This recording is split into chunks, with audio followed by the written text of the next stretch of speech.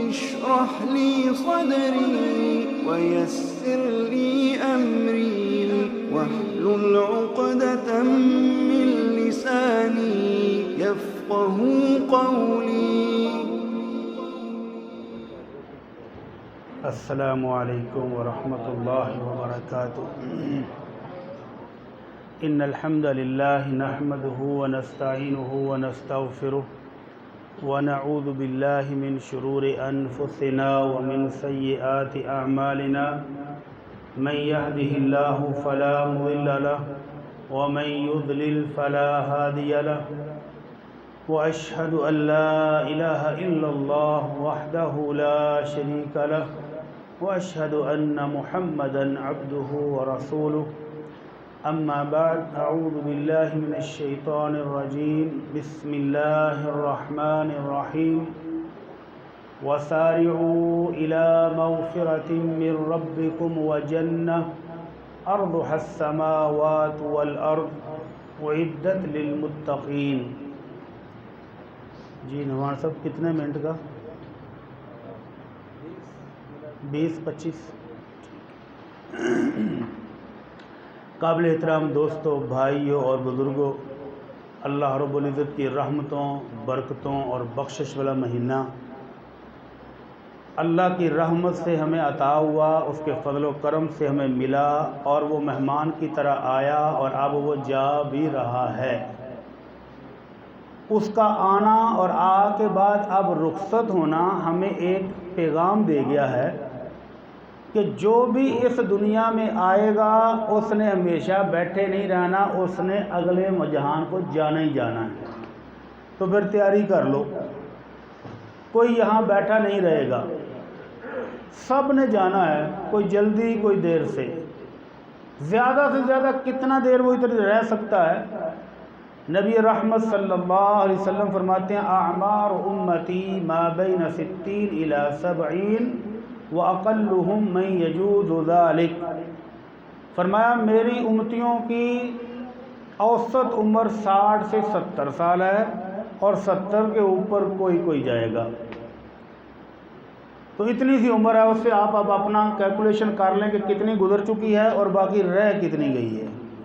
اور جو گزر گئی ہے وہ تو ایسے لگتا ہے علی کل دی گل ہے. 309 سال کاف میں رہنے والے، غار میں رہنے والے جب سو کے اٹھے تو ایک دوسرے نے پوچھتے ہیں کتنا کچھ سوتے ہیں. مشورہ ہو رہا ہے تو کہتے ہیں لبثنا یومن او بعض یوم. یہ بھی ماننے کو تیار نہیں ہے کہ ایک دن پورا سوئے ہیں ہم یہاں پر. مشورہ کیا ہو رہا ہے؟ 309 سال گزر گئے ہیں اور وہ سوچ رہے ہیں کہ انجھ لگتا ہے جی 2-4 گھنٹے کی گل نہیں ہے، انہوں کوئی ستے ہوں گے. وہ تو تب پتہ چلا جب کرنسی شہر بھیجی کہ جب روٹی لے گیا انہاں کیا یہ تو ساڈے پیو دادے بھی سکے نہیں سن ویگے کدھروں آئے جی. تب پتہ چلا کہ اتنے 100 سال سوتے رہے ہیں. تو 70 سال میں سے میری اور آپ کی جتنی گزر گئی وہ تو ایسے ہی ہے گا علی کل تو منگنی ہوئی تھی، پرسوں میں ہوا تھی، آج کی ہوا ہے. تو جو باقی رہ گئی اس کا کوئی کنفرم نہیں ہے. امام حسن بصری رحمہ اللہ اسی طرح اپنے شاگردوں کی محفل میں تھے تو آواز مار کے کہا یا معاشر الشیوخ، بزرگوں، تجربہ کار، عمر گزارنے والوں، یہ بتاؤ کہ فصل تیار ہو جائے، پک جائے تو پھر باقی انتظار کس بات کا رہ جاتا ہے؟ فصل پک گئی ہے، ابھی گندم کی فصل پک گئی ہے تو انتظار کس بات کا ہے؟ کہ کٹائی والے آئیں اور کاٹ کے لے جائیں، اور کیا ہے؟ تو انہوں نے اس طرح اشارہ کیا کہ جن کی یہ اور یہ فصل پک چکی ہے وہ تیاری کر لو، کٹائی کا موسم قریب ہے، کبھی بھی آ سکتا ہے بلاوا. تو نوجوانوں نے کہا نہیں ساڈا تو پھر حالی ٹائم ہے گا. تو کہا یا معاشر الشباب، نوجوانوں اس وہم میں نہ رہنا کہ ابھی بوڑھے ہوں گے، پوتے پوتیوں کو کھلائیں گے پھر ہماری باری آنی. نہیں، کچھ فصلیں کچی بھی کاٹ کے جانوروں کو ڈال لی جاتی ہیں. تو اس لیے ہر کسی کو تیاری کرنی ہے. اور تیاری کیا کرنی ہے؟ اللہ رب العزت فرماتے ہیں وَسَارِعُوا إِلَىٰ مَغْفِرَةٍ مِّن رَبِّكُمْ. ایمان والو اپنے اپنے گناہوں کی بخشش لینے میں جلدی کر لو. اور دوسری جگہ فرمایا سابقو، سبقت لے جو، مقابلے کرو، دوڑیں لگاؤ، اپنے رب سے گناہوں کی بخشش لے لو اور وہ جنت لینے میں تیزی کر لو جس کی چوڑائی کتنی ہے؟ جتنی زمین سے لے کر آسمان تک کا فاصلہ ہے۔ تو جو جنت چوڑی اتنی ہو وہ وسیع و عریض، وہ لمبائی اس سے کہیں زیادہ ہوگی۔ تو اس جنت کو پانے کے لیے ہندو بھی چلے کرتے ہیں، کنویں میں الٹے لٹک کے، درختوں سے لٹک کے، اور تسبیح ہم تو 33 دانوں والی لیتے ہیں، وہ 2,000 5,000 والے دانوں والی تسبیحاں پھیر رہے ہیں ہندو۔ کس لیے؟ کہ سورگ لینا ہے، سورگ جانا ہے، جنت پانی۔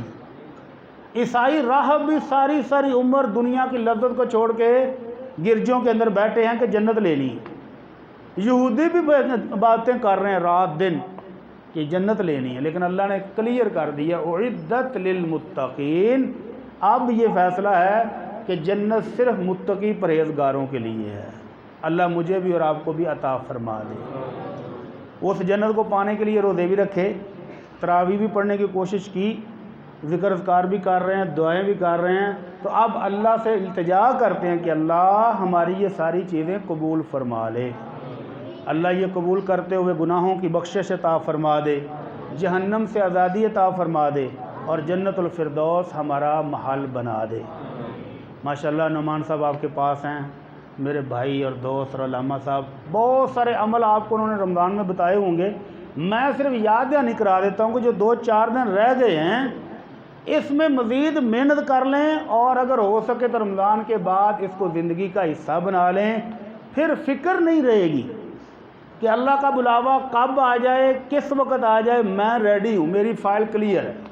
لینے والے آئیں تو یہ پریشانی نہ ہو کہ میں نے فلاں کام بھی کرنا تھا، ابھی فلاں بھی رہتا، میں کل تو چھڈیا تھی وہ کل کرنا ہے، نہیں، ایسا نہ ہو۔ تو چھوٹے چھوٹے عمل جو آمنہ کے لال صلی اللہ علیہ وسلم نے بتائے کہ جنت پانی ہے تو اس طرح بھی پا سکتے ہو، گناہوں کی بخشش لینی ہے تو یہ بھی کر سکتے ہو، اللہ کی جہنم سے آزادی چاہیے تو یہ بھی کر لو۔ ان عملوں میں سے چند عمل آپ کی خدمت میں رکھتا ہوں تاکہ اللہ ہم سب کو توفیق عطا فرمائے اور ہم جنت پانے والوں میں شامل ہو جائیں۔ نبی رحمت صلی اللہ علیہ وسلم فرماتے ہیں کہ قیامت والے دن اللہ ایک بندے کو اپنے سامنے کھڑا کر کے جب زندگی بھر کا نامہ مال کھلوائے گا تو وہ بندہ دیکھے گا سامنے بھی جہنم، مڑ کے دیکھے گا تو پیچھے بھی جہنم شعلے مار رہی ہے، دائیں دیکھے گا تو جہنم، بائیں دیکھے گا تو جہنم، چاروں طرف سے گرا ہوا ہے۔ تو فرمایا اس جہنم سے بچنا ہے، اتقوا النار ولو بشق تمرۃ۔ آج اس دنیا میں رہتے ہوئے اس جہنم سے بچاؤ کے لیے ایک عمل کر لو، اور وہ ہے اللہ کی راہ میں صدقہ کرنے کے لیے آدھی کھجور ہو تو وہی دے کر جہنم سے آزادی پا لو۔ آدھی کھجور سے بھی جہنم سے آزادی مل رہی ہے، اور اگر کوئی پوری کھجور صدقہ کر دے، وَمَن تَصَدَّقَ بِعَدْلِ تَمْرَةٍ مِّن قَصْبٍ طَيِّبٍ، اگر اپنی حلال کی کمائی سے ایک کھجور 10 گرام کی ہوگی، 5 گرام ہوگی، 20 گرام کی لا لو، اتنے زیادہ بڑی تو ہوتی نہیں کھجور ہمارے یہاں، تو 5-10 گرام کی کھجور آپ حلال کمائی سے اللہ کی راہ میں دے دیں، اللہ کو خوش کرنے کے لیے، راضی کرنے کے لیے، تو اللہ کے نبی صلی اللہ علیہ وسلم کی گارنٹی ہے کہ وہ عرش والا اپنے دائیں ہاتھ میں لے کے اس کو ایسے پالتا ہے جیسے ہم گھر میں بکرے بچڑے سب کچھ پالتے ہیں۔ اور وہ ایک کھجور 10 گرام کی کتنی بڑی ہو جاتی ہے؟ فرمایا احد پہاڑ جتنی ہو جاتی ہے، اور احد پہاڑ 5 کلومیٹر طویل اور 1076 فٹ اونچا بھی ہے۔ کتنا وزن ہوگا اس کا اگر ٹنوں میں نکالیں تو؟ ابھی کوئی شاید ٹیکنالوجی نہ نکلی ہوگی جو 5 کلومیٹر طویل پہاڑ کو تول کے بتائے کہ اتنی ہوگی۔ تو آج جہنم سے بچنے کے لیے ایک کھجور جس کے پاس ہو وہ اللہ کی راہ میں دے کر جہنم سے آزادی کا پروانہ لے سکتا ہے۔ دل میں خیال آتا ہے جی مہنگائی پہلے بڑی، مولوی صاحب جڑے جیب چ گئے بھی کਢਾਣ لگے ہیں، ایسا نہیں۔ اللہ مقدار کو نہیں دیکھتا، اللہ دیکھتا ہے کہ اس دل میں خلوص کتنا تھا، محبت کتنی، چاہت کتنی، اس بندے نے میرے ساتھ تعلق بنانے کے لیے قربانی کتنی دی ہے۔ تو آمنہ کے لال صلی اللہ علیہ وسلم فرماتے ہیں سبق درہم 100,000 درہم، ایک بندے نے صرف 1 درہم خرچ کیا اور ثواب اس کو اس سے زیادہ ملا ہے جس نے 1,00,000 درہم خرچ کیا۔ صحابہ بھی حیران ہوئے کہ اللہ کے نبی یہ کیسے؟ فرمایا جس کے پاس 1,00,000 تھا اس کے پاس کروڑوں اور بھی تھے، تو اس نے 1,00,000 جب دیا تو کوئی فرق نہیں پڑتا۔ مسجد والے آئے نے جی مینیجر صاحب آ کے 10 دن صاحب وہ مسجد والے پہلے بھی آئے سن، ہوں بھی آتا یار پھڑ چیک دے انہوں نے جان چھڑا۔ اس نے ₹1,00,000 کا چیک کاٹا ہے اور اس نے سوچا بھی نہیں کہ یہ میں نے لکھا کیا ہے، کوئی فرق نہیں پڑا۔ اور جس نے جیب میں 2 درہم تھے، چندے کا اعلان ہوا کہ بھائی مسجد تعمیر ہو رہی ہے، غریبوں کے لیے راشن دینا ہے تو آؤ اکٹھے کرو پیسے، اس کی جیب میں 2 ہیں اور وہ سوچتا ہے کہ عید بھی آ رہی ہے، اگر ایک دے دیتا نا بچوں تو بچوں کے کپڑے کوئی نہیں بننے، اپنے گھر بھی راشن لے کے جانا ہے۔ وہ بیٹا کہہ رہے تھے ابو جی جتی بھی نویں لینی، 100 سوچیں اس کو آئیں گی۔ اور پھر وہ ایک پرانا بیلی بھی جڑا آندہ نہ دیں مک جانے نہیں، ہمیشہ غربت سے ڈرانے والا دوست بھی ہے ہمارا، وہ بھی کہتا ہو پلیا تیرے کل ہے، یہ دونوں تیرے کل ہے کی چھٹ پراں۔ لیکن یہ بندہ سارے وسوسے سارے شیطانی مشورے سائڈ پہ کرتا ہے، نہیں میرے اللہ کا گھر بن رہا ہے، میرے اللہ کا حکم آ گیا ہے، تو وہ اپنی جیب سے آدھی پراپرٹی 1 درہم ہی ہے لیکن ہے تو آدھی، پوری جائیداد میں سے ایک آدھی جائیداد نکال کے جب اللہ کی راہ میں دیتا ہے تو وہ مالک اتنا خوش ہوتا ہے کہ 1,00,000 درہم والے سے اس کو ثواب زیادہ عطا کرتا ہے۔ تو اس لیے جتنا ہو اس کے مطابق اللہ کی راہ میں خرچ کریں۔ اللہ مجھے اور آپ کو توفیق عطا فرمائے۔ دوسرا عمل، قرآن مجید سنا بھی ہے، رمضان میں پڑھا بھی ہے، تو یہ ثواب رمضان کے بعد ختم نہیں ہو جاتا کہ ابھی پڑھیں تو 1 ارب کی 10 نیکیاں ہیں تو رمضان چیک رہ جائے گی، نہیں، ایسا نہیں۔ رمضان کے بعد بھی یہ 10 ہی ہیں، اور اللہ چاہے تو 10 کو 700 گنا کر دے، اور 700 گنا کے بعد بھی جس کے لیے چاہے بڑھا دے۔ اللہ ہم سب کو توفیق عطا فرمائے۔ ابھی ہم نے کوشش کی ہے قرآن پڑھنے کی، لیکن مثال اچھی دیں تو ذرا تھوڑا سا شوق بڑھتا ہے۔ ابھی ایک ویڈیو آج وائرل ہوئی ہے، چھوٹا بچہ ہے 10-12 سال کا، اور اس کو ایک بندہ فون پر پوچھ رہا ہے کہ بیٹا اب تک کتنا قرآن مجید پڑھ لیا ہے؟ آپ کے خیال میں کتنا پڑھ لیا ہوگا؟ کتنا پڑھا ہے رمضان میں قرآن مجید؟ کتنا پڑھا ہے؟ پورا؟ ماشاءاللہ ماشاءاللہ ماشاءاللہ ماشاءاللہ، پورا پڑھ لیا شعر نے۔ آپ نے کتنا پڑھا ہے؟ ماشاءاللہ، ایک بار یہ دونوں بچے مکمل کر چکے ہیں۔ اور جب اس سے پوچھا اس نے کہ بیٹا کتنے قرآن پڑھا ہے، تو وہ کہتا ابھی تک 16 مرتبہ مکمل کر چکا ہوں۔ ماشاءاللہ، اللہ ہمیں بھی ایسے خوش نصیب بیٹے عطا فرمائے، اللہ ایسی رحمت والی بیٹیاں ہمیں بھی عطا فرمائے۔ تو یہ قرآن کے ساتھ محبت ہے، دل میں محبت ہو تو یہ پڑھا جاتا ہے، وگرنہ آنند جی کاری صاحب پڑھنا تو بڑا پر ایک صفحے تو بعد سر نو پیڑ ہونے لگ پی، وہ سر میں درد کیوں ہوتی ہے؟ یہ ایک اللہ کی کلام ہے، آپ کا اللہ کے ساتھ تعلق ہو تو اللہ کہتا ہے میرے بندے آ تیرے نہ میں گلاں کرنا۔ وہ قرآن پڑھنے کی توفیق دیتا ہے، لذت آتی ہے، مزید پڑھنے کو دل کرتا ہے۔ اور جس نے کبھی نہ اللہ کے ساتھ کوئی تعلق بنایا، قرآن نو چم کے تلماری کے اوپر رکھتے ہیں، کیوں؟ اے جی بچیاں دی کنڈ ہو جاندی، توہین ہوندی، تو اچا اینا رکھیا ہے بھی کبھی ہاتھ لا کے بھی توہین ہوندی نہیں کیتی۔ تو وہ جب پڑھنے لگتا ہے نا تو سر میں درد ہوتی، کیوں؟ وہ سر بھی آندہ بھائی کدھر تیرا کو تعلق ہے اس لائن سے، کدھر آیا ہے بھائی جی، کدھر آج ٹک ٹاک بند ہے، نیٹ خراب تے نہیں؟ تو پھر وہ پڑھا نہیں جاتا۔ لیکن اگر تعلق بنایا ہو قرآن سے تو پھر چھوٹا بچہ 16 دفعہ پڑھ چکا ہے، اور ایک واقعہ میں کئی دفعہ بیان کر چکا ہوں، اور وہ پڑھنے والا اپنی ڈیوٹی بھی کر رہا ہے، قرآن بھی پڑھ رہا ہے۔ سبحان اللہ۔ کبھی ہو سکتا ہے کہ ہم اپنا کام بھی کر رہے ہوں، کوئی مشین چلا رہا ہے، کوئی فیکٹری چلا رہا ہے، کوئی مینیجر دفتر میں بیٹھا ہے، کوئی ورکر وہ کام کر رہا ہے اور ساتھ قرآن بھی پڑھ رہا ہو سکتا ہے ایسے۔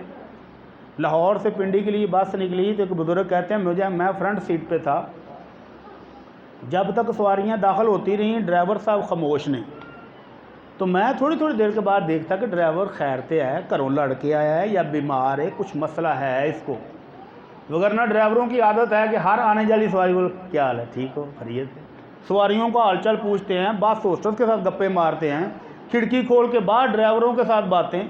یہ چپ کیوں ہیں بھائی؟ کہتے مجھے آہستہ آہستہ تجسس ہوا کہ یہ بولتا کیوں نہیں، گونگا ہے؟ نہیں بولا، ساری سواریاں بیٹھ گئیں، بس چل پڑی، شام کا ٹائم ہے۔ کہتے اب مجھے اندر ڈر بھی لگنے لگا کہ جڑا بندہ اتنا پریشان ہوئے اور راولپنڈی تے نہیں پہنچتا، یہ تو راج مارے گا کسی درخت جی یا پہاڑ تو سٹے گا تھلے۔ کہتے ہیں اس خوف کی وجہ سے باقی سواریاں سو گئی اور مجھے نیند کوئی نہیں آ رہی، اور میں تھوڑی دیر کے بعد ستا ہے کہ نہیں ستا، تھوڑی دیر کے بعد کہ اس کو اونگ آئے گی، باقیاں لے گا تو میں اس کو جگاؤں گا، پر نہیں وہ سویا۔ کہتے ہیں پنڈی تک میں خوف کے مارے سو نہیں سکا اور وہ سویا نہیں۔ تو پنڈی اتر کے جب سواریاں چلی گئی تو میں نے کہا پتر خیر ہے طبیعت ٹھیک ہے؟ آدھے چاچا جی الحمدللہ شکر اللہ کا۔ بیٹا کو گھر میں پریشانی ہے؟ نہیں چاچا جی کچھ بھی نہیں۔ پتر آخر کی مسئلہ ہے تینوں؟ تو نہ ستا ہے نہ سون دیتے ہی، کوئی مسئلہ تو ہے؟ کیا مسئلہ ہے؟ تو لاہور سے راول پنڈی تک انوکھا ڈرائیور زندگی میں پہلی دفعہ دیکھا ہے جو خاموشی کے ساتھ اتنا لمبا سفر کرے، کوئی وجہ بتاؤ؟ کہتا جی کوئی وجہ نہیں ہے۔ نہیں پتر پھر بھی کہنے چاچا جی تانوں کی مسئلہ ہے؟ کہنے پتر میں ایویں دا ڈرائیور کدی ویکھیا نہیں جڑا اتنا چپ ہوئے۔ کہنے میں چپ کدوں سا؟ تو پھر کی کیتا ہی؟ کہنے جی میں الحمدللہ لاہوروں چلیاں تے پنڈی تک آن تک میں 15 سپارے پڑھے نے، تے میری یہ روز دی روٹین ہے 15 پنڈی تک آندیاں پڑھنا تے لاہور صبح واپس جانا ہے تے روزانہ دا ایک قرآن مجید میرا پورا ہو جاتا ہے۔ الحمدللہ اللہ مجھے بھی اور آپ کو بھی توفیق عطا فرمائے۔ ہمیں شوق تو بڑا ہے کہ میرا پتر بڑا ہو کے ڈاکٹر بنے، انجینئر بنے، میرا پتر جج لگ جائے، میرا پتر پائلٹ بنے۔ اور ایک وہ والدین ہیں جو ابھی بچہ باتیں کرنی شروع کرتا ہے میرا پتر حافظ قرآن بنے۔ دونوں میں کمائی کا فرق پتہ ہے؟ MBBS ڈاکٹر بننے میں کتنے سال لگتے ہیں؟ پہلے MSc یا BSc، اس کے بعد 4 یا 5 سال میڈیکل کی تعلیم، پھر 5 سال ہاؤس جاب، اور اس کے بعد 20-25 سال بعد بیٹا پہلی تنہا ابا جی پھڑو 2 لاکھ روپیہ پتر نو دعاواں دیو۔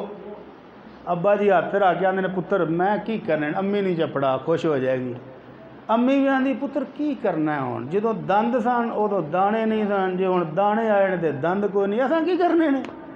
ڈاکٹر صاحب کہہ گئے ہیں تیرے ابے کو بھی اور مجھے بھی کہ بزرگوں صبح صرف 1 پیس چائے کے ساتھ، زیادہ نہ کھایا کرو۔ اچھا جی۔ دوپہر کو کیا کھائیں ڈاکٹر صاحب؟ دوپہر کو ہلکی یخنی پتلی، مرچیں تیز نہیں ڈالنی، اور گاڑی بھی نہ ہو، بوٹی تو کھانی نہیں نا، پتلی یخنی وہ پی لیا کریں 1-1 کپ۔ ہے جی ڈاکٹر صاحب شام نو آندا بس بھی کرو، تو تیرا کھا لیا جی ہوں کھائی جانا، شام کو نہیں کچھ بھی کھانا۔ تو پتر تیرے 2 لاکھ میں کی کرنے نے، اتھے رکھ پرا۔ اور دوسری طرف حافظ قرآن پہلے دن جاتا ہے کہتا الف با تا، اور قاری صاحب کہتے ہیں پتر یہ 3 حرف یاد کر، اگانی سبق دینا آج، اور شام تک وہ علی با تا کتنی بار پڑھتا ہے؟ سینکڑوں بار، اور 1 حرف کی 10 نیکیاں عام بندے کو مل رہی ہیں۔ اور یہ بچہ جتنی محبت سے پڑھ رہا ہے اللہ پتہ نہیں 1 حرف کے بدلے کتنی دے رہا ہوگا، اور شام تک یہ والدین کے لیے لاکھوں نیکیاں کما کے بھی چلا گیا ہے۔ اللہ ہمیں بھی ایسی سعادت عطا فرمائے، اللہ ہمیں بھی ایسی خوش نصیبی عطا فرمائے۔ تیسرا عمل قابل احترام بھائیوں، دوستوں اور بزرگوں، تیسرا عمل نوافل پڑھے ہے نا، تراویح پڑھی ہے، تہجد پڑھی ہے، اللہ سب کو توفیق دے۔ تو ایک بھائی کہتے ہیں جی میری ڈیوٹی ہے تراویحاں پڑھی نہیں جانیاں، تو کیا تراویحوں کے بغیر بھی روزہ ہو جاتا ہے؟ روزہ تو ہو جاتا ہے، لیکن یہ تراویحاں ان کو چھوٹا نہ سمجھیں، یہ جو نفل ہیں ان کی بڑی اہمیت ہے۔ آمنہ کے لال صلی اللہ علیہ وسلم فرماتے ہیں ما من مسلم یتوضأ فیحسن الوضوء، مسلمان بندہ وضو کرے اور پورا جی لگا کے کرے، تسلی کے ساتھ اچھی طرح مل مل کے اعضاء کو دھوئے، اور اس کے بعد صرف 2 رکعت نفل پڑھ لے، صرف 2، یقبل علیہما بقلبہ ووجہہ، اور وہ 2 رکعتیں پوری توجہ کے ساتھ دھیان کے ساتھ پڑھے، ادھر ادھر نہ جائے، تو فرمایا وجبت لہ الجنہ، 2 رکعتوں کی وجہ سے اللہ اس کے لیے جنت واجب کر دیتا ہے۔ تو جو روزانہ 8-10 پڑھ لے، صبح سحری کے ٹائم اٹھ کے پڑھ لے، کیسے نصیب ہوں گے؟ اللہ مجھے اور آپ کو توفیق دے۔ ان نفلوں کی وجہ سے بندہ جنت میں کہاں تک جا سکتا ہے؟ کہاں تک پہنچ سکتا ہے جی؟ اللہ کے رسول صلی اللہ علیہ وسلم کے دن کے وقت خادم حضرت ابو ہریرہ، حضرت انس، حضرت عبداللہ بن مسعود، حضرت حذیفہ، حضرت بلال، بے شمار خادم تھے جو دن کے وقت خدمت کرتے ہیں، اور بھاگ بھاگ کے اللہ کے رسول مجھے حکم کرے میں کرتا ہوں۔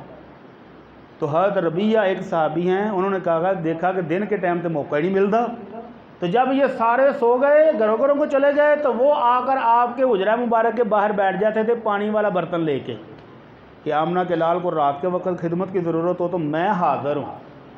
تو اللہ کے نبی صلی اللہ علیہ وسلم نے بڑا عرصہ دیکھا کہ میرا ربیہ رات کے ٹائم ڈیوٹی دے رہا ہے، تو ایک دن خوش ہو کے آپ نے کہا یا ربیہ سل، ربیہ مانگ کی مانگنا ہے؟ آفر کون کر رہا ہے؟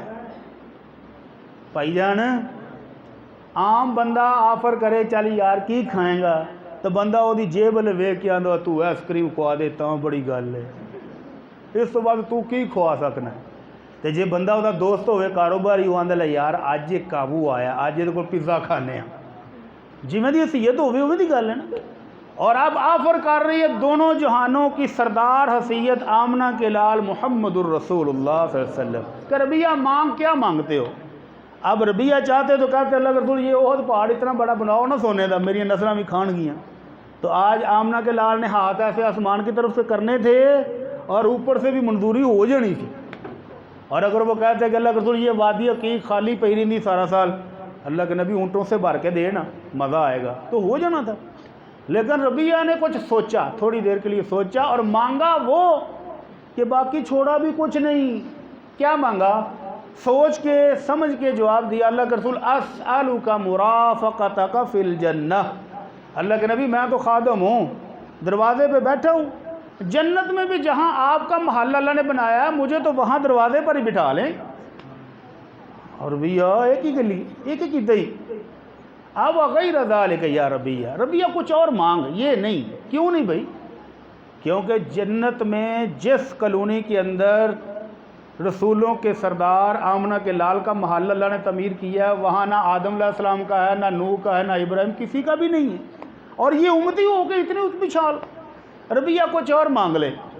اب ربیہ نے بھی آگیا ہونا اللہ رسول میں کو منگیا تھوڑا سی، تساں آفر کرائی ہے خود تے ہن تسی جانو تے تہاڈا رب جانے، مینوں کی وجہ میں پائی جانے، آفر کرائی ہے تو اب دیں۔ تو اللہ کے نبی صلی اللہ علیہ وسلم فرمایا اچھا ربیہ جے تیری چھال اتھوں تک کی ہے تو پھر تو مڑدا نہیں، فَأَعِنِّي عَلَى نَفْسِكَ بِكَثْرَةِ السُّجُودِ، اگر یہی جگہ لینی ہے کہ سارے نبیوں سے بھی اوپر محل کے باہر تو پھر نفل نماز زیادہ پڑھیا کر۔ اللہ ہمیں بھی توفیق عطا فرمائے، اللہ رمضان کے بعد بھی ہمیں ان نفلوں سے محبت عطا فرمائے۔ جو بھائی قرآن پڑھ سکتے ہیں وہ تو قرآن پڑھیں، اور جو نہیں پڑھ سکتے وہ آج بھی ٹی وی پر ایک سوال آیا کہ اماں جی کمزور ہیں بوڑھی ہیں تو وہ قرآن مجید کھول کے آگے رکھ کے پڑھنا نہیں جانتی تو وہ بسم اللہ کا قرآن پڑھتی ہیں، بسم اللہ بسم اللہ بسم اللہ، انگلیاں پھیرتی رہتی ہیں قرآن مجید پر۔ اس کا بھی ثواب ملے گا کہ قرآن مجید کے اوپر انگلیاں گھسائی جائیں تو اس کا بھی ثواب ملے گا۔ اس کی بجائے اماں جی کو کیا کرنا چاہیے؟ اللہ کے نبی صلی اللہ علیہ وسلم نے اپنے صحابہ سے کہا اکٹھے ہو جاؤ، میں ابھی تمہیں 1/3 قرآن پڑھ کر سناؤں گا، اور اگر قاری ہوں کائنات کے سردار اور سننے والے ہوں صحابہ تو پھر دوڑے لگی، مسجد منٹوں میں بھر گئی کہ اللہ کے نبی کی تلاوت ہونے لگی ہے۔ اور اللہ کے نبی صلی اللہ علیہ وسلم نے تلاوت کتنی فرمائی؟ اعوذ باللہ من الشیطان الرجیم، بسم اللہ الرحمن الرحیم، قل هو اللہ احد اللہ الصمد لم یلد ولم یولد ولم یکن لہ کفوا احد۔ آپ نے فرمایا اللہ کی قسم یہ سورہ اخلاص 1/3 قرآن یعنی 10 سپاروں کے برابر ہے۔ 3 دفعہ پڑھو تو کتنے ہو گئے؟ پورا قرآن مکمل ہو گیا۔ تو وہ اماں جی وہ بزرگ جو انگلیاں گھسا رہے ہیں، انگلیاں گھسانے کے بجائے ان انگلیوں کے اوپر گن کے پڑھیں قل هو اللہ احد، 3 دفعہ پڑھیں گے تو 1 قرآن کا ثواب۔ اور آپ نے فرمایا من قرأ قل هو اللہ احد 10 مرات بنی لہ بیت فی الجنہ، جو بندہ 10 دفعہ سورہ اخلاص پڑھے اللہ جنت میں اس کا گھر بنا دیتے ہیں۔ تو حضرت عمر کہتے ہیں اللہ کے رسول اذا نبنی قصورا کثیرا، اللہ کے رسول پھر تو ہم بے شمار محل تعمیر کروائیں گے۔ تو آپ نے فرمایا اللہ اکثر و اطیب، وہ مالک خزانے اس کے لبریز ہیں، وہ عطا کرتے ہوئے تھکتا نہیں ہے، نہ جنت میں جگہ کم ہونے لگی، بنواؤ کتنے بنوا سکتے ہو۔ ایک بزرگ میرے پاس آ گئے نا جمعے کے بعد، کان میں کہتے ہیں کی خیال ہے اگر روز دی ایک تسبیح کر لاں کراتے ہیں؟ تو میں کہا ایڈے رات نا کیوں پوچھ دے پائے جے کہ دوسرا بندہ نہ کوئی سن لے، اچھی دسو ہاں سارے سن لیں۔ تو یہ تو اللہ کی توفیق ہے، کوئی 1 بار پڑھے گا، کوئی 3 بار پڑھے گا، کوئی 10 بار پڑھے گا، کوئی 100 دفعہ پڑھے گا، اور کوئی اتنا فضل و سن کے تو وہ سارا دن ہی پڑھے گا۔ تو یہ اللہ کی توفیق ہے۔ تو اللہ مجھے بھی اور آپ کو بھی توفیق عطا فرمائے۔ 5واں عمل زیادہ نیکیاں کمانے کا تھوڑے وقت میں۔ ابھی میرے بھائی بھی بیان کر رہے تھے کہ بندش کا بڑا رولا ساڈے چ، نظر لگ گئی جی، شریکاں نے کالا جادو کرواتا ہے، اوہ پتہ لگا انہیں الو دے خون دے نال توید پائے نے، نہیں جے ٹوٹنے۔ اوف، مجھے ایک بی بی نے فون کیا قاری صاحب بندش بڑی سخت ہے، نوکری نہیں چل دی، کاروبار جڑا کرنے وہ خراب ہو جاتا ہے، ਬੱਚੀਆਂ ਦੇ ਰਿਸ਼ਤੇ ਹੁੰਦੇ ਨੇ, ਉਹ ਚਾਹ ਸ਼ਾਹ ਪੀ ਕੇ ਟੁਰ ਜਾਂਦੇ ਨੇ, ਵਾਪਸੀ ਜਵਾਬ ਨਹੀਂ ਦਿੰਦੇ। ਬੰਦਸ਼ ਬੜੀ ਸਖਤ ਹੈ। ਤੇ ਮੈਨੂੰ ਪਤਾ ਲੱਗਾ ਸੀ ਫਲਾਂ ਸ਼ਾਹ ਸਾਹਿਬ ਬੰਦਸ਼ ਤੋੜਦੇ ਨੇ ਤੇ 555 ਰੁਪਏ ਲੈਂਦੇ ਨੇ, ਤੇ ਮੈਂ ਉਹਨਾਂ ਨੂੰ 555 2 ਵਾਰਾਂ ਘੱਲੇ ਨੇ ਤੇ ਬੰਦਸ਼ ਨਹੀਂ ਟੁੱਟੀ। ਅੱਛਾ ਜੀ। ਇੱਕ ਹੋਰ ਬੀਬੀ ਦਾ ਆਇਆ ਉਹਨਾਂ ਦੀ 6500 ਰੁਪਇਆ ਦਿੱਤਾ ਤੇ ਬੰਦਸ਼ ਨਹੀਂ ਖੁੱਲੀ। ਸ਼ਾਹ ਸਾਹਿਬ ਉਹ ਪੈਸੇ ਵੀ ਲੈ ਲੈਂਦੇ ਨੇ ਤੇ ਬੰਦਸ਼ ਉੱਥੇ ਦੀ ਉੱਥੇ ਹੀ। ਮੈਂ ਇਹ ਮਸਲਾ ਬਿਆਨ ਕਰ ਬੈਠਾ ਤੇ ਮੈਨੂੰ ਇੱਕ ਬਜ਼ੁਰਗ ਆਂਦੇ ਨੇ, ਭੱਟੀ ਸਾਹਿਬ ਪੁਰਾਣੇ ਰੇਟ ਦੱਸੀ ਜਾਂਦੇ ਜੇ। ਮੈਂ ਜੀ ਕੀ ਹੋਇਆ? ਉਹ ਆਂਦਾ ਸਾਹੀਵਾਲ 'ਚ 15500 ਰੁਪਇਆ ਰੇਟ ਹੈ ਬੰਦਸ਼ ਖੋਲ੍ਹਣ ਦਾ। ਮੈਂ ਜੀ ਉਹ ਕਿਸ ਤਰ੍ਹਾਂ? ਕਹਿੰਦੇ ਨੇ ਮੈਂ ਆਪਣੇ ਪਿੰਡ ਦਾ ਚੌਧਰੀ ਹਾਂ ਤੇ ਮੈਂ ਆਪਣੇ ਮਦਾਰਿਆਂ ਨੂੰ ਮਕਾਨ ਆਪ ਬਣਾ ਕੇ ਦਿੱਤੇ ਨੇ ਤੇ ਬਿਜਲੀ ਦਾ ਬਿੱਲ ਵੀ ਆਪ ਦੇਣਾ। ਤੇ ਮੈਂ ਡੇਰੇ ਤੇ ਬੈਠਾ ਸਾਂ ਤੇ ਮੇਰਾ ਇੱਕ ਬੰਦਾ ਮਦਾਰੇ ਕੰਮ ਕਰਨ ਵਾਲਾ 500 ਵਾਲੇ ਨਵੇਂ ਨੋਟ ਗਿਣਦਾ ਨਾ ਇੰਝ ਲਗਾ ਜਾਏ। ਮੈਂ ਓਏ ਕਿੱਧਰ? ਆਂਦਾ ਜੀ ਤੁਹਾਨੂੰ ਪਤਾ ਨਾ 14 ਸਾਲ ਹੋ ਗਏ ਨੇ ਸ਼ਾਦੀ ਹੋਈ ਤੇ ਬੱਚਾ ਬੱਚੀ ਕੋਈ ਨਹੀਂ, ਬੰਦਸ਼ ਬੜੀ ਸਖਤ ਹੈ। ਤੇ ਉਹ ਹਮਸਾਇਆਂ ਲਿਆਏ ਨੇ ਸ਼ਾਹ ਸਾਹਿਬ ਤੇ ਉਹ ਆਂਦੇ ਨੇ 15500 ਜਮ੍ਹਾਂ ਕਰਾਓ ਤੇ ਜੇ ਅਗਲੇ ਸਾਲ ਕਾਕਾ ਨਾ ਹੋਵੇ ਤੇ ਮੇਰੀ ਦਾੜੀ ਮੁੰਨ ਦਿਆ ਜੇ। ਤਾਂ ਮੈਂ ਤਾਂ ਬੰਦਸ਼ ਖੁਲਾਉਣ ਚੱਲਿਆ। ਕਹਿੰਦੇ ਮੈਂ ਮਾਰੀ ਚੰਡ ਉਹਨੂੰ ਕਿ ਬਿੱਲ ਤੁਹਾਡੇ ਮੈਂ ਦਿਆਂ ਤੇ ਬੰਦਸ਼ ਸ਼ਾਹ ਸਾਹਿਬ ਨੇ ਖੋਲ੍ਹਣੀ। ਚੱਲ ਇੱਧਰ ਮੇਰੇ ਪੈਸੇ ਹੋਰ ਮੈਨੂੰ ਫੜਾ। ਆਂਦੇ ਨੇ ਮੈਂ ਉਹਨੂੰ ਆ ਗਿਆ ਪਾਗਲਾ ਤੇਰੀ ਬੰਦਸ਼ ਖੁੱਲੇ ਨਾ ਖੁੱਲੇ, ਜੇ ਤੇਰੇ ਤੇ ਵਰਗੇ 3-4 ਪਾਗਲ ਚਲੇ ਗਏ ਤੇ ਸ਼ਾਹ ਸਾਹਿਬ ਦੀ ਬੰਦਸ਼ ਖੁੱਲ੍ਹ ਜਾਣੀ। ਉਹਨੇ ਰੁਪਈਆ 60-70 ਹਜ਼ਾਰ ਜੇਬ 'ਚ ਪਾਉਣਾ ਤੇ ਉਹਦੀ ਤਾਂ ਖੁੱਲੀ ਖੁਲਾਈ ਹੈ ਤੇ ਤੁਹਾਡੀ ਬੰਦਸ਼ ਨਹੀਂ ਖੁੱਲਣੀ। تو بندش کھولنے کا آسان نسخہ کوئی بھی بندش ہو، گارنٹی میری نہیں ہے، میں کوئی شاہ بھی نہیں ہے، مطلب میرے بعد فون کرو بھی شاہ صاحب تھی دسیا بھی میرے لیے کوئی نہ آئے۔ تو اللہ کے نبی صلی اللہ علیہ وسلم دونوں جہانوں کے سردار نے بندش کھولنے کا خود طریقہ بیان کیا۔ بندش یہ ہو کہ اولاد نہیں ہوتی، بندش یہ ہو کہ رشتے نہیں ہوتے، بندش یہ ہو کہ کاروبار نہیں چلتا، بندش یہ ہو کہ میاں بیوی کی لڑائی ختم نہیں ہوتی، کوئی بھی بندش ہو تو نسخہ ایک ہی ہے۔ فرمایا من صلی علیہ واحدا صلی اللہ علیہ عشرا، جو بندہ مجھ پر ایک بار درود بھیجے اللہ عرش والا اس پر 10 رحمتیں نازل فرماتا ہے۔ وہ دنیا کی بندش دکھاؤ جو اللہ کی 10 رحمتوں کا مقابلہ کر سکے۔ حضرت ابی بن کعب رضی اللہ تعالیٰ عنہ آئے، کہنے لگے اللہ کے نبی میں آپ کو درود شریف بہت پڑھتا ہوں درود شریف، تو جب میں اپنے لیے دعائیں کرنے لگوں تو درود شریف کتنا پڑھوں؟ تو آپ نے فرمایا تیری مرضی ہے، جتنا مرضی پڑھ لیا کر۔ کہنے لگے اللہ کے نبی اگر اپنی دعاؤں کا تیسرا حصہ یعنی گھنٹے میں سے 20 منٹ میں درود شریف پر لگاؤں اور 40 منٹ اپنی دعاواں، لالچی انسان ذرا بندہ لمبی دعا مانگتا ہے، پھنسیا ہوئے تو پھر بڑیاں دعا مانگتا ہے، اللہ کی خیر ہو رحمت ہو تو پھر بھولتا ہے، اور جب قابو آ جائے تو پھر دعائیں بڑی لمبی ہوتی۔ تو آپ نے فرمایا ان زدت فہو خیر لک، میرے ابی درود شریف کی مقدار کو بڑھاؤ زیادہ فائدہ ہے۔ کہنے لگے اللہ کے نبی پھر ایسا کرتا ہوں کہ 50-50، 30 منٹ دعائیں اور 30 منٹ درود شریف۔ آپ نے کہا ان زدت فہو خیر لک، درود شریف کی مقدار بڑھا دے، ساڈے آندے نا جنہ گڑ پاؤ اُنہ میٹھا۔ تو کہنے لگے اللہ کے نبی پر 2/3 درود یعنی 40 منٹ درود شریف اور 20 منٹ اپنے لیے دعائیں۔ تو آپ نے فرمایا ان زدت فہو خیر لک، درود شریف اور زیادہ کر دے اچھا ہے۔ تو کہنے لگے اللہ کے نبی باقی ٹائم ہی پھر کیڑا بچا ہے، پھر درود شریف بھی پڑھی رکھنا۔ تو آپ نے 2 گارنٹیاں دیں، غور سے سن لیں، کہ جو بندہ درود شریف ہی پڑھتا رہے اور دعا بھی نہ مانگے، کہ میرا مالک جب ایک دفعہ درود پڑھنے پر 10 رحمتیں دے رہا ہے تو باقی اور کیا مانگنا ہے۔ تو اللہ کے نبی نے 2 بشارتیں دیں، فرمایا اذا تکفی ہمک، تیری ہر پریشانی دکھ تکلیف یعنی ہر بندش اللہ کھول دے گا، ویغفر لک ذنبک، اللہ سارے گناہ بھی معاف کر دے گا۔ اس واسطے بندش واسطے شامہ دے مگر کٹ جاؤ تو گھر بیٹھ کے درود شریف پڑھو۔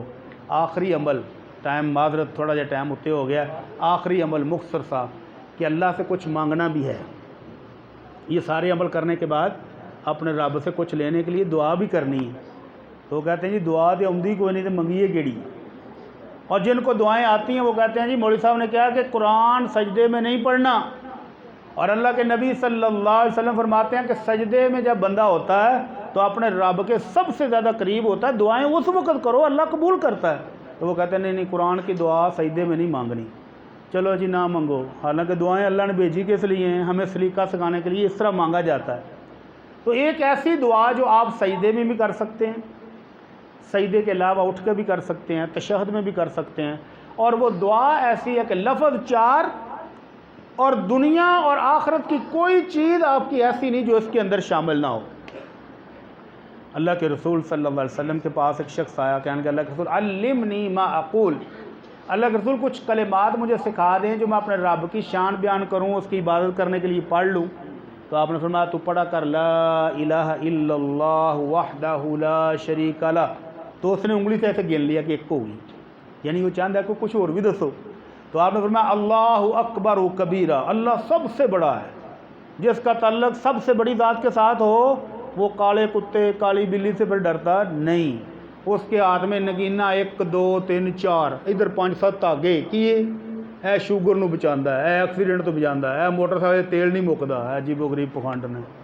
پہلے وہ ایک دھاگا تھا، پھر وہ رسیاں بن کے آ گئی 7 رنگی، اتنے موٹے موٹے رسے تے ڈگا پھر چوک چوندا ہے، وہ دھاگے شاگے کچھ نہیں کردے۔ اللہ اکبر و کبیر، اللہ سب سے بڑا ہے۔ والحمدللہ کثیرا، اللہ شکر تیرے لیے ہے۔ وسبحان اللہ رب العالمین، اللہ تو بے عیب ہے، کوئی نقص نہیں، تیرا تو داتا گنج بخش تو ہی ہے۔ ولا حول ولا قوت الا باللہ، اللہ نیکی کروں گا تو تیری توفیق سے، اور اگر گناہ سے بچاؤں تو بھی تیری توفیق سے۔ تو اس نے گنے کہ اللہ کے رسول یہ 5 کلمات ہو گئے ہیں، تو اب میرے لیے بھی تو کچھ بتائیں، میں نے دعا کیا کرنی ہے؟ آپ نے فرمایا تو کہا کر اللہم اغفر لی وارحمنی وعافنی وارزقنی، 4 دعائیں اپنے لیے کر۔ تو اس نے ایسے اشارہ کیا کہ اللہ کے لیے 5 اور میرے لیے 4۔ تو آپ نے فرمایا ان 4 کے اندر انہا تجمع لک دنیا کا وآخرت کا، اس 4 دعاؤں کے اندر تیری دنیا اور آخرت کی ہر چیز آ گئی ہے۔ کیسے بھلا؟ اللہم اغفر لی، پورا رمضان محنت کیوں کر رہے ہیں؟ گناہوں کی بخشش لینے کے لیے۔ جس کو گناہوں کی معافی مل گئی، وارحمنی، اللہ مجھے اپنی راہ والی جنت دے دے۔ جنت ہے رحمتوں کی جگہ، تو جس کو گناہوں کی معافی مل گئی، جنت بھی مل گئی، تو آخرت میں باقی اور رہا کیا گیا ہے؟ جنت کے اندر ہر نعمت موجود ہے۔ اور دنیا کے اندر کیا چاہیے؟ وعافنی، اللہ عافیت سلامتی صحت دے دے۔ جس بندے کے پاس صحت ہے اور کھانے کو سوکھی روٹی، چلانے کے لیے پرانی سائیکل، رہنے کے لیے گھر کرائے کا، وہ بادشاہ ہے۔ اور جس کا گھر ہو 10 کنال میں، گاڑیاں 5 7 کھڑی ہوں، ملازم 15 20 گھر میں پھرتے ہوں، سارے بینکوں کے کارڈ جیب میں ہوں، اور بزرگ بیمار چارپائی پہ پڑے ہوں، نہ اپنے گھر میں چل پھر سکتے ہوں، نہ گاڑی چلا سکتے ہوں، اور ڈاکٹر نے کھانے سے ہر چیز منع کر دی ہو، تو اس کے لیے یہ ساری نعمتیں بیکار ہیں۔ تو اس کا مطلب عافیت اور صحت اس دنیا میں سب سے زیادہ اہم ہے۔ اور جس کو اللہ نے صحت اور تندرستی بھی دی ہے، وارزقنی، اور اس نے گاڑی بھی دے دی، گھر بھی دے دیا، کھانے کے لیے رزق بھی دے دیا، تو دنیا میں باقی اور کیا رہ گیا؟ اس لیے آپ نے فرمایا 4 دعائیں کیا کر، اللہم اغفر لی وارحمنی وعافنی وارزقنی۔ یاد کر کے سجدوں میں بھی مانگے، تشہد میں بھی، تہجد کے ٹائم بھی، ہاتھ اٹھا کے بھی، ہاتھ چھوڑ کے بھی، جیسے دل کرے مانگیں۔ اللہ سے دعا کہ اللہ ہم سب کے گناہ معاف فرما دے، جہنم سے آزادی عطا کر دے، اور جنت الفردوس کا ہم سب کو وارث بنا دے۔